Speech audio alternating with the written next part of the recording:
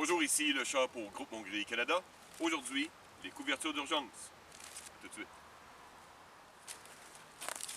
Les couvertures d'urgence sont très utilisées par les campeurs, les survivalistes, et viennent en plusieurs formats. Ici, je vous présente différentes versions, incluant une tactique. Les couvertures d'urgence sont technologie très simple. Il s'agit simplement d'une feuille de plastique plus ou moins résistante qui va être imprégnée de poussière d'aluminium. L'aluminium, comme on le sait, reflète le rayonnement. Donc, ça nous permet de conserver sa chaleur. Et le côté plastique, évidemment, peut servir d'imperméable et plusieurs autres fonctions. Donc, je vais vous présenter, on va tester ces différents sacs. Comme plusieurs pièces d'équipement, plusieurs personnes vont acheter une couverture d'urgence et vont simplement la mettre dans leur pièce d'équipement, dans leur EDC, dans leur bob, peu importe. Et ces personnes ne sont jamais entraînées avec leur couverture, prenant comme acquis que la couverture va faire sa fonction. Vous allez voir que ce n'est pas toujours le cas, spécialement pour les couvertures souvent de bas de gamme. Il y a trois moyens par lesquels vous perdez votre chaleur. La première est par radiation, donc ce que vous émettez. Toute créature vivante émet de la chaleur, donc c'est par rayonnement. Ensuite, par convection, c'est-à-dire que dans une atmosphère, autour de vous, vous créez de la chaleur. Et par exemple, si le vent déplace cette masse d'air chaud, vous allez être constamment obligé de recréer cette masse. C'est un phénomène qu'on peut voir plus particulièrement sous l'eau, mais c'est important, exemple, de couper le plus possible une source, par exemple, de vent. Et la troisième est par conductivité, donc par contact direct avec un élément plus froid que soi. Généralement, dans le bois, ça va être le sol. Donc, c'est pas parce que vous avez une couverture d'urgence que vous ne devez pas prendre de précautions. Par exemple, n'hésitez pas à vous mettre près, par exemple, d'une roche qui peut vous couper le vent et accumuler une certaine partie de chaleur. Donc, si vous avez l'occasion de faire un feu, vous allez pouvoir créer ce qu'on appelle à l'école de survie une roche radiante.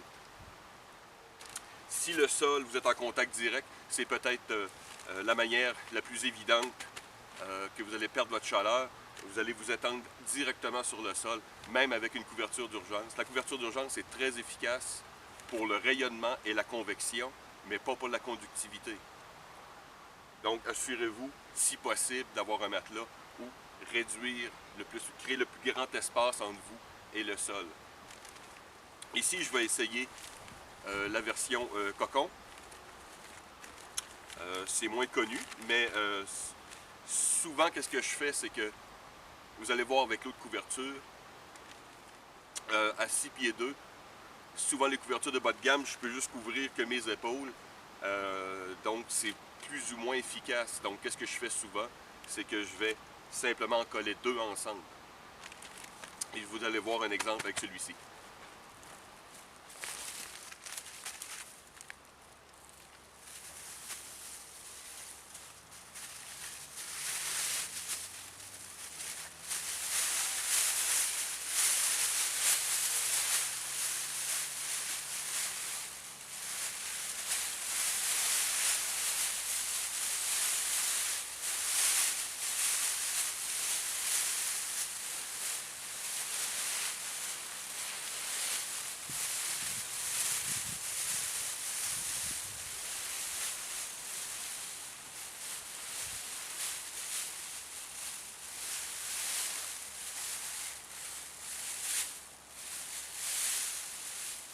Comme vous pouvez voir avec ce sac, bien fermé hermétiquement, je peux garder une poche d'air chaud autour de moi. Vous pouvez le voir si je referme bien. Une poche d'air chaud, donc je réduis complètement l'effet de convection. Il fait complètement ma longueur, donc j'ai pris le temps de vérifier pour ce type de sac. Et on peut sentir immédiatement, avec le peu de soleil que j'ai, déjà la chaleur qui se forme à l'intérieur.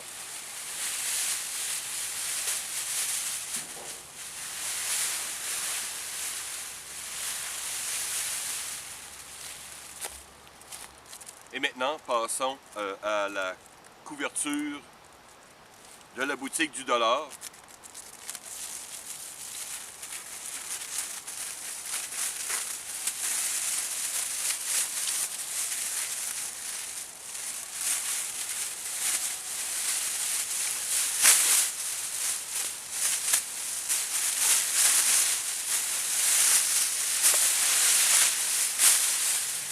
Une chose que je remarque immédiatement, c'est que souvent dans les couvertures d'urgence, un côté est plus réflectif que l'autre. Dans ce cas-ci, je remarque que soit les deux côtés sont imprégnés ou que c'est une couverture de plastique réfléchissant.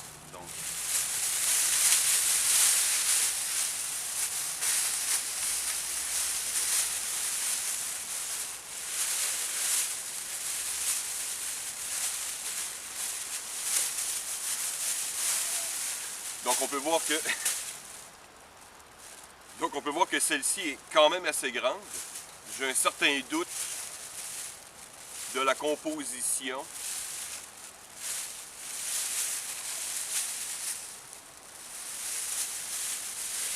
Une manière que vous pouvez des fois inspecter, c'est peut-être de prendre une ancienne couverture, une qui a beaucoup, et la froisser et regarder si, souvent au soleil, si vous allez avoir comme une certaine légère décoloration. C'est ce qui montre souvent que la couverture a été imprégnée d'aluminium. La grandeur de celle-ci est bonne, mais comme vous pouvez voir, si je serais fatigué ou autre, je m'installe, la couverture peut aisément partir au vent, donc perdre la précieuse chaleur que j'ai besoin. D'où l'importance, si vous voulez travailler, donc toute personne, campeur ou survivaliste, devrait avoir sur eux du ruban de tissu de type duct tape. Comme ça, ici, je pourrais fermer, comprenez-vous, assez aisément. Et bien sûr, ensuite, soit m'endormir et éviter que ma couverture parte au vent ou durant la nuit, bien sûr, que je me découvre. La raison numéro 1, pourquoi on veut une couverture, c'est garder sa chaleur.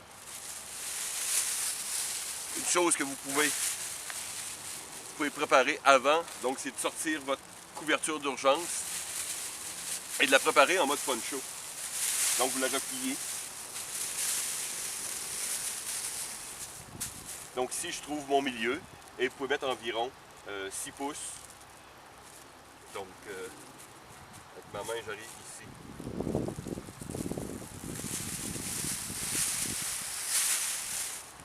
Vous n'êtes pas obligé d'utiliser le ruban, mais ça va être plus efficace. Donc, environ 12 pouces.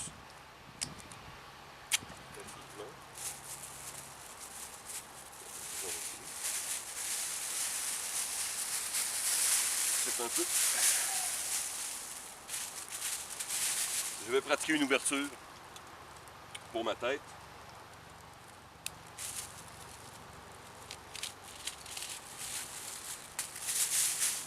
Donc voilà.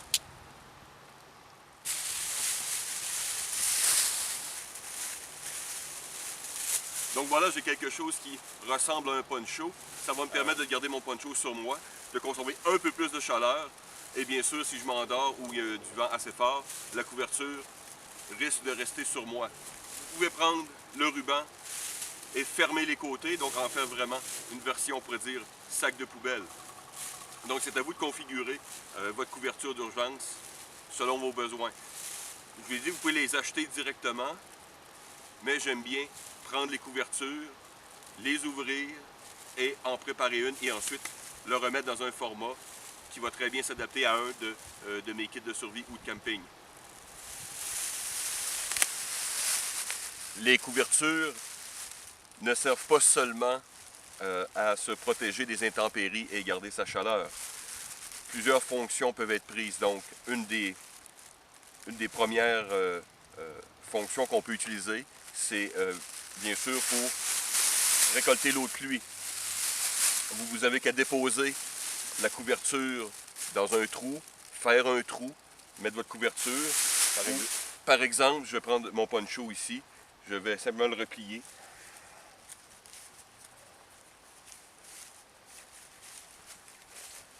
Vous voyez, comme pour former une bassine.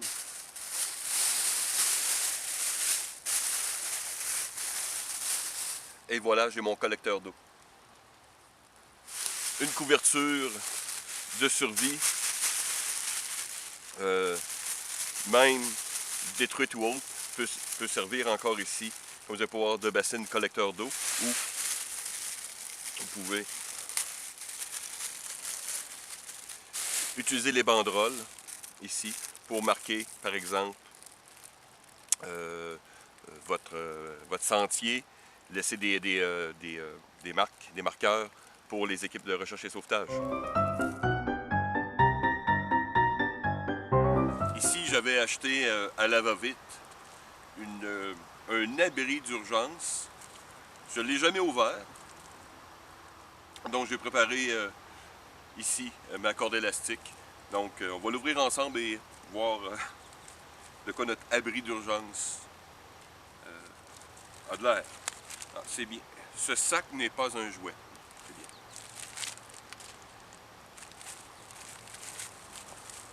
Ah. Ça va avoir une corde fournie à l'intérieur.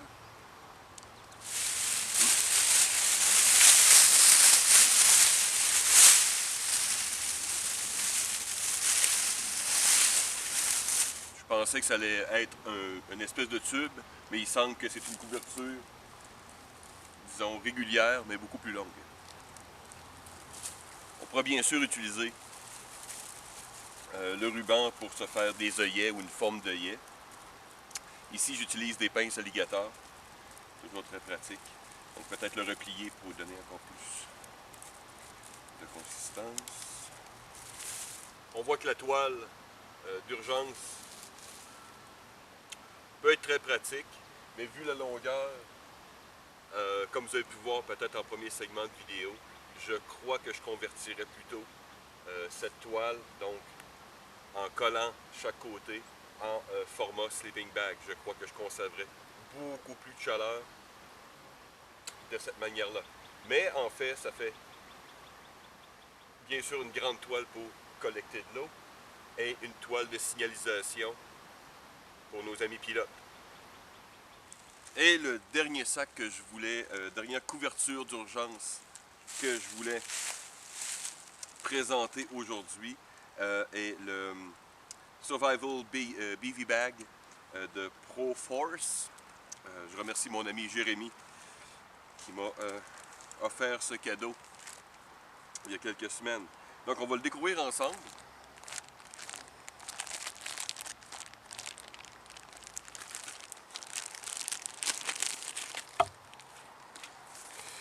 Premier abord, texture très différente, qui semble se rapprocher beaucoup plus du sac de poubelle, on dirait.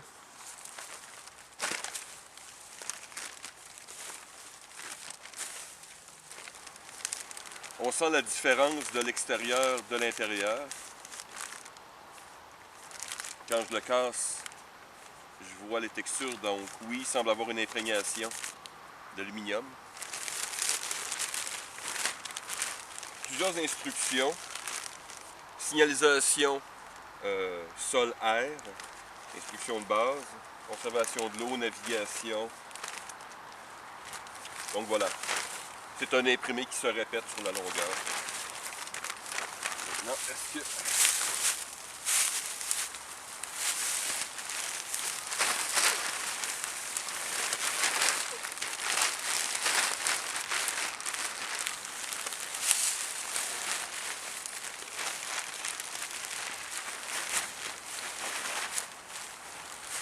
Donc je mesure 6 pieds 2 et le sac m'arrive environ aux épaules.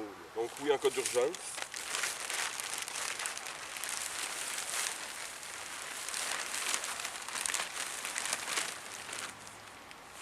Et je sens la chaleur immédiatement.